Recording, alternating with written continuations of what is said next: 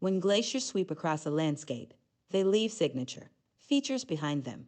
Glaciers can scour rocks flat or leave them smoothly rounded, often with striations, scratch marks, showing the direction in which the ice moved. They also leave behind erratics boulders that have been carried long distances by the ice. These can usually be identified because their composition is different from the rocks on which they lie.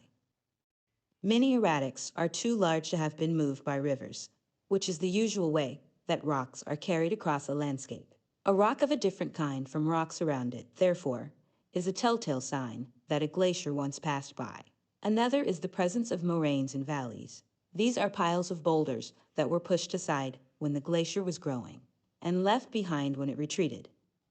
Riddle of the rocks. Geologists in the 19th century recognized such features as striations, erratics, and moraines as evidence of glaciers. What they could not explain was why such features were found in areas on Earth that had no glaciers. One theory argued that rocks were moved by repeated flooding.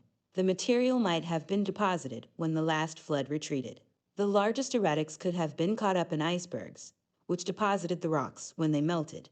But the theory could not explain all of the features. The Ice Age revealed.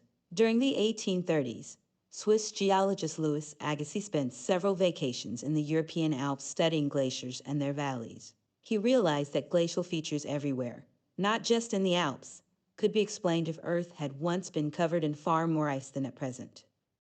The glaciers of today must be the remnants of ice sheets that had at one time covered most of the globe.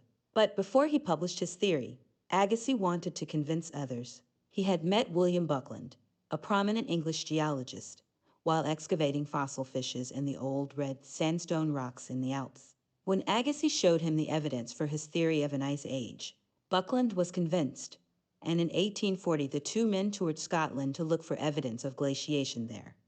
Agassiz was the first to suggest that large erratics, such as these in the Cahir Valley of Ireland, were deposited by ancient glaciers. Thanks for watching video, and don't forget to subscribe.